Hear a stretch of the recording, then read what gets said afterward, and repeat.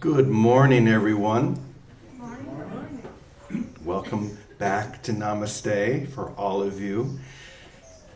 And welcome to, it's not working. Welcome to the experience of, or the foundation of peace, we'll say. That's what our lesson is going to be about, the foundation of peace, which another word for that would be the inner Jerusalem. That's our daily word for the day. For those of you who are just joining us after a while, we begin with the daily word lesson, and then we just see where it takes us. And today's daily word was a little bit strange in the sense that it was very difficult for me to put to music, so I just didn't even try. So let me show this to all of you, and then we'll go from there. All right, let me put it up on the screen. Unfortunately, our screen is not working here at Namaste, so you guys will just have to listen to me. So the word is comfort, and the phrase is journeying to Jerusalem within. I arrive at perfect peace. So we'll begin there. Journeying to Jerusalem within. I arrive at perfect peace. So this is what we have to say about that. During classical antiquity, Jerusalem was considered the center of the world where God resided. Today, millions make pilgrimages there to travel in Jesus' footsteps and to be closer to the God of their understanding. Spiritually, this is an inner journey, a destination to reach again and again. Whenever I find myself feeling in need of comfort, my pilgrimage begins. As I relax, I envision each inhalation bringing me closer to the Christ presence within my heart. Exhaling, I feel my burdens lift, lightening my load a little at a time, step by step, breath by breath. I release my earthly concerns, continuing along the path of connection. I arrive at the place of peace that surpasses all understanding. My Jerusalem, the presence of God within. And then from the book of Psalms, take your rod and your staff, they comfort me. Once again, journeying to Jerusalem within, I arrive at perfect peace. I guess the first question would be, what is perfect peace? It was just hinted at a moment ago when it quoted one of Paul's letters where he called it the peace that surpasses understanding. It's not something of the mind. It's not a mental construct, which is what everything else is. Everything that we think we see is a mental construct that we have designed to represent something that we don't really understand. We don't understand it because we're not looking at something directly. We're looking at the mental construct or the symbols. So he called it the peace that surpasses all of that, the peace that surpasses understanding. And we also are thinking about the meaning of the word Jerusalem, which is the foundation of peace. So there is a foundation beneath it all that supports us. No matter what we're thinking or where we are in our minds or what constructs we've been using, there is an experience of peace that has been symbolized by the ancient city of Jerusalem. Now, I have had the opportunity to spend a lot of time in Jerusalem. I've brought many groups there and had a lot of experiences of people beginning that process of dissolving into that experience. Jerusalem just kind of seems to bring that out in people. They naturally begin to dissolve their egoic structures and touch something deeper within that does not have all of those same constructs. So I'll give you one example. And it's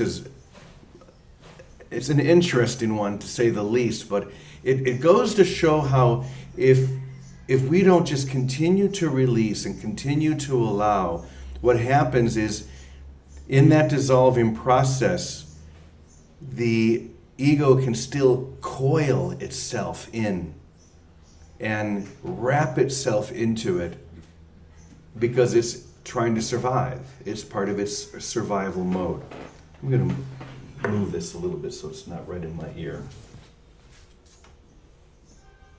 It's part of the survival mode. So, I'm going to back up. Hold on, this thing is really echoing.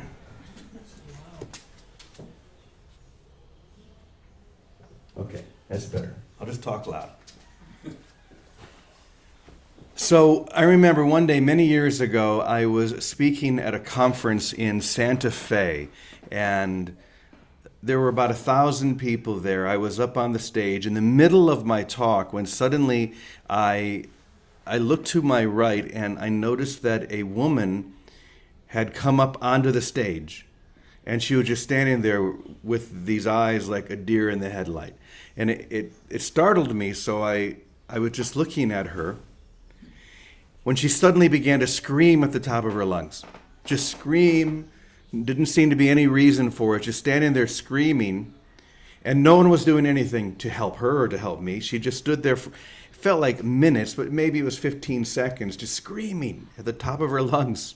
Finally, I walked over to her and I just wrapped my arms around her as she continued to scream. And finally, someone came up and helped me and took her off the stage, and she collapsed. It was a very dramatic thing.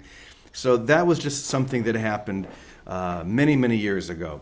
A few years later, I was leading a group to Jerusalem. And now and then on a trip like that, or maybe a workshop that you're leading or attending, you'll see people that you kind of recognize, but you don't really know where you know them from. That would happen to me often. Anyway, there was this one older woman, and I had that feeling, like, I know I've met you, but I don't know where it was from. Well, we were actually at the Sea of Galilee, and there is a spot there where they believe that the Sermon on the Mount took place. And there's a beautiful park, a gorgeous church there, and so we were there. The group was all inside the church, and I was standing on the outside of the church as my people were coming out because I wanted to tell them all where we were going to meet. So I'm standing there, and I hear a commotion going on inside the church. Now, the rule there is you have to stay silent. And there's always a nun that's there shushing people. And I've been there many times, and I'm pretty sure it's the same nun every time. But that's her only job, is to go around shushing people. So I hear this commotion. I'm thinking, oh, don't let it be someone from my group. But of course it is. So I walk into the church, and this older woman that I mentioned is sitting there in her chair, and this is what she's saying. I can remember it almost word for word. She has her eyes closed, and she's saying, I am Jesus. Come now. Fire, fire. On and on. And this little old nun is trying to shush her to no avail. It's not working. And of course, the entire church has been disrupted, and I'm walking over to her thinking, I'm the leader of this group. I need to do something. So I thought maybe if I just put my hands on her shoulders, it'll bring her back. So I do that, and as I'm doing that, she's continuing, I look at her, and suddenly it clicks. She's that lady who came up on the stage in Santa Fe screaming. Oh, goodness. Finally, she comes back to herself, and everything's cool. Later on that night, I said to her, I remember you now. She said, oh, no, I was hoping you wouldn't. Well, this continued a few more times. Now that the cat was literally out of the bag. But the most interesting time was in Jerusalem, and this is why I'm telling you this story.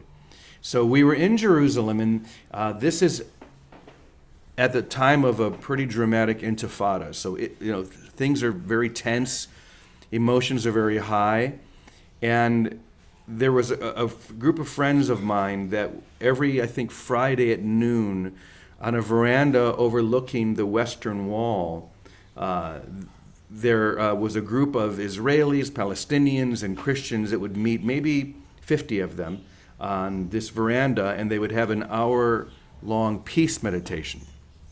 So they invited us, and we had about 50 people. So there were about 100 of us on this veranda. And we began, and they asked for silence, and we would begin this meditation. We were no more than 5 minutes in when, I am Jesus, come now, fire, fire. And it continued from there. And people are starting to get rather agitated by this. They didn't really need to hear from Jesus in this moment. They wanted silence. And once again, I'm thinking, as the leader of the group, I have to be the one to say something. So I'm walking over, asking for guidance. Jesus, what am I supposed to say in this situation to calm her down?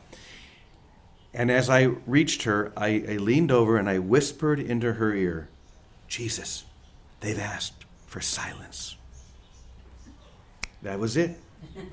Not another sound, not another word came from her. We were at peace. Later on, she came to me and said, he really listens to you. When you spoke to him, he really listens. Well, that's good to hear. But Jesus, I addressed the Christ within her. And that's what brought her back out of whatever it was, whatever this weaving was. She was having, I believe, a true experience. But as happens with so many of us, somehow that all of those little egoic ideas, thinking it's about me instead of it's about thee, got wrapped into it. And the moment I addressed, and we didn't hear another word from her for the rest of the trip, because I had addressed the Christ within her. You know, in Jerusalem, they actually have a hospital that is specifically for people who get there and claim to be Jesus or Moses or whoever else. It's a very common thing in Jerusalem.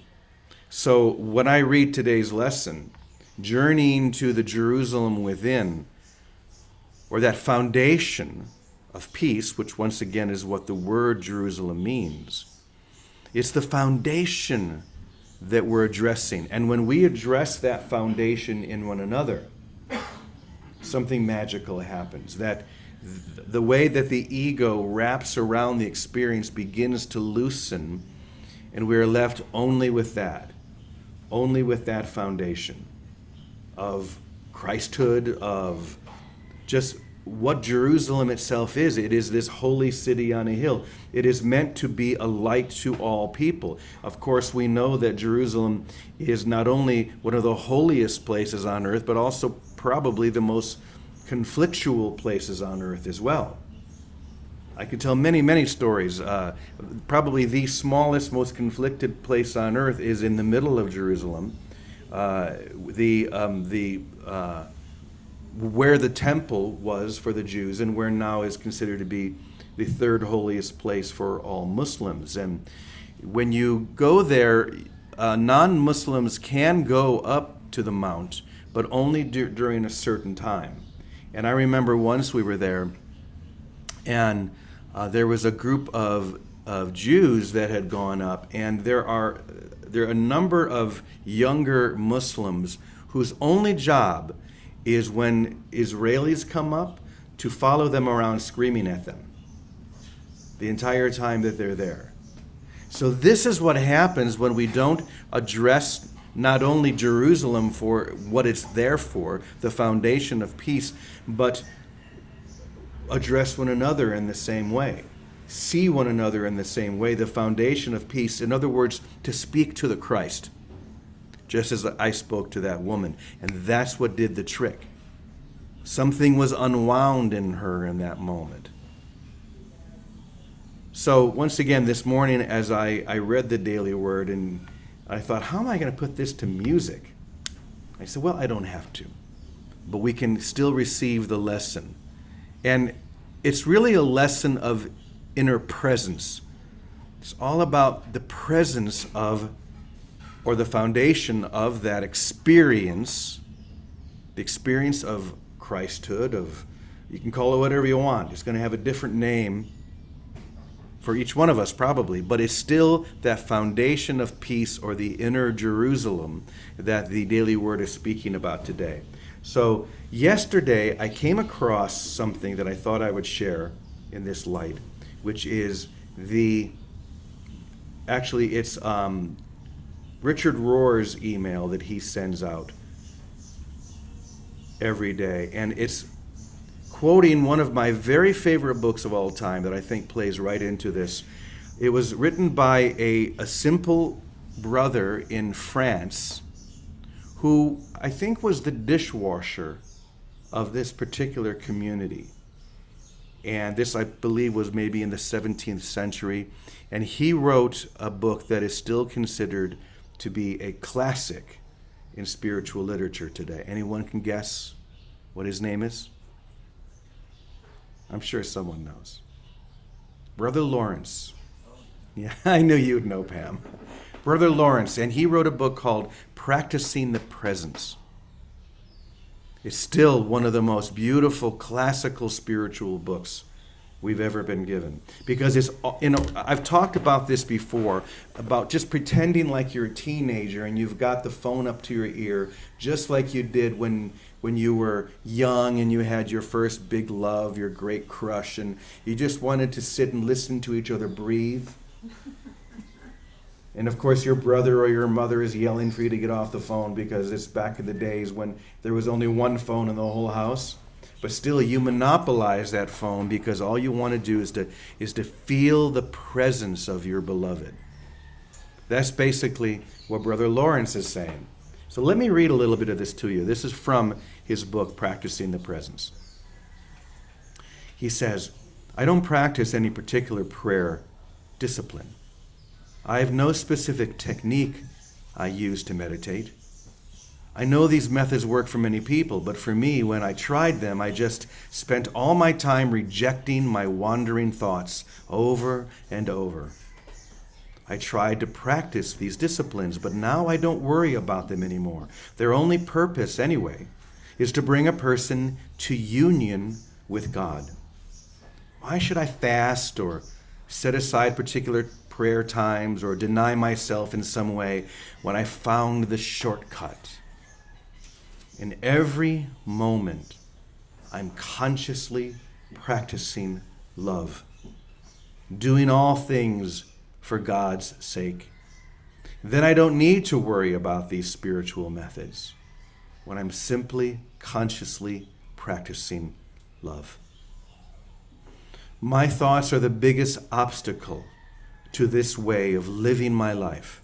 The little useless thoughts that drift through my head, making mischief, distracting me. I've learned to reject them as soon as I notice them.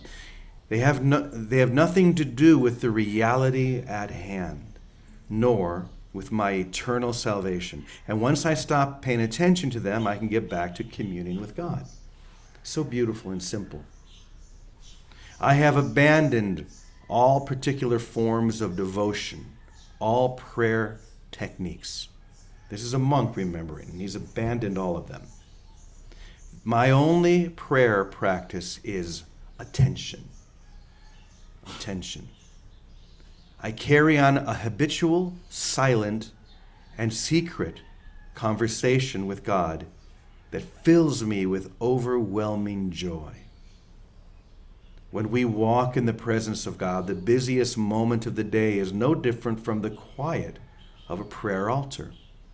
Even in the midst of noise and clutter, while people's voices are coming at you from all directions, asking for your help with many different things, you can possess God with the same serenity as if you were kneeling in church. I can't always maintain my focus on God, of course. I'll suddenly discover that I've barely given God a thought in a good long while. Usually, what gets my attention is that I'll notice how wretched I'm feeling. And then I'll realize I've forgotten God's presence. But I don't worry about it too much. I just turn back to God immediately. And having realized how miserable I am when I forget God, I trust in God is always that much greater. My trust in God is always that much greater. The divine presence occupies the here and now. If you are not aware of this, become so. Isn't that beautiful? Once again, it shows us how simple this can be. We don't need to overcomplicate this with rituals and prayers. Those things are fine. Certainly nothing wrong with them, but they're no substitute for practicing the presence, coming back to that inner Jerusalem, or the foundation of peace that's within us all. In this whole email, Richard Rohr also comments on a woman, I don't remember her name, Ellen Sana, and she says, at its heart, Brother Lawrence's practice was simply Zen, a focus on the present moment in order to wake up, to be able to see the light. She apparently wrote a book which is called, where'd it go? Basically, here it is, Brother Lawrence, a Christian Zen Master. Now, we have a couple of Zen priests here at our community, so I'm sure they can relate to both sides of this, because when you are in the presence, all of those other definitions fall away. Christian, Buddhist, Course in Miracles, unity, none of that matters, because you've come back to that inner foundation, your inner Jerusalem, where you are supported, where you are held, where that simple conversation between you and the beloved is always going on. So, that's what came to me when I read that this morning. And once again, there wasn't much of a song that I could put to that, but we can practice the presence. I think that's maybe what music is meant to do anyway, to bring us back to that still, quiet place within us. So Vicky and Teddy are not here today. They are at a doctor's appointment. But I did notice that our dear friend, Alice Friend, is here. And you're always a delightful one to turn to. So Alice, if you don't mind, I'd love to hear what this sparks or inspires within you. Thank you, Brother James. Hold Just on. looking at you all. Keep talking. I have to adjust myself. Yeah, I've unmuted, haven't I?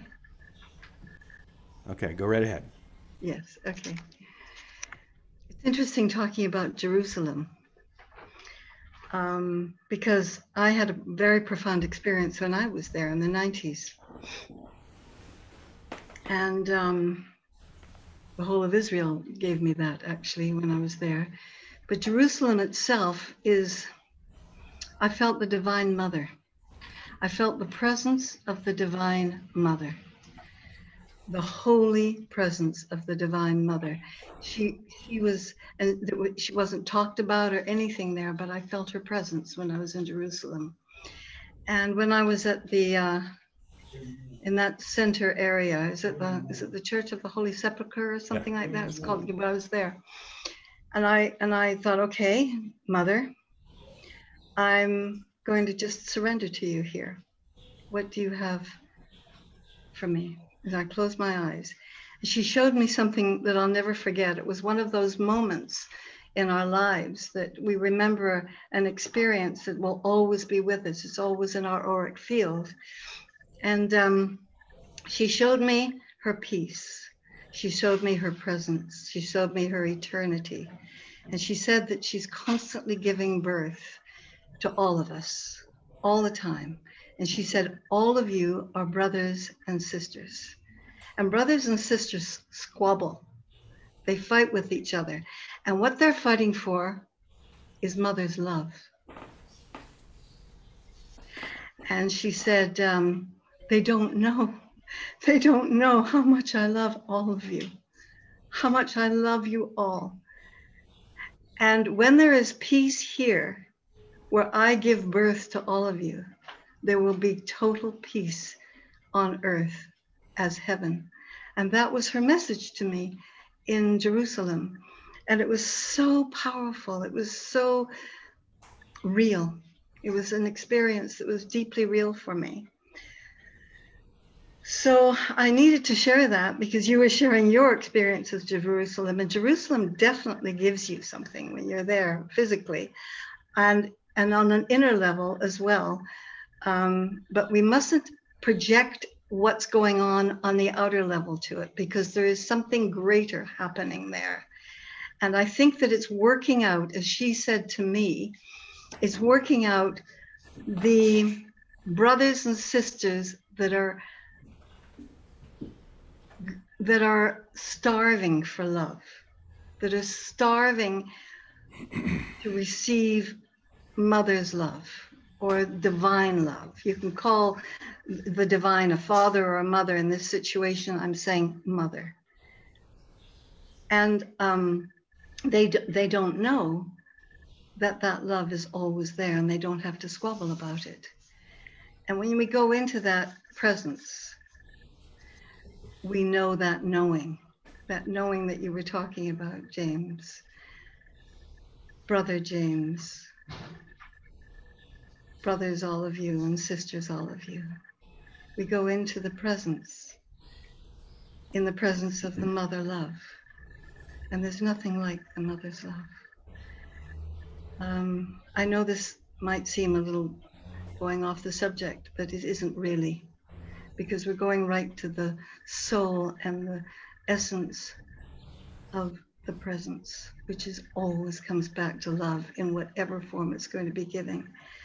So when you talked about Jerusalem, of course, that experience just overwhelmed me again.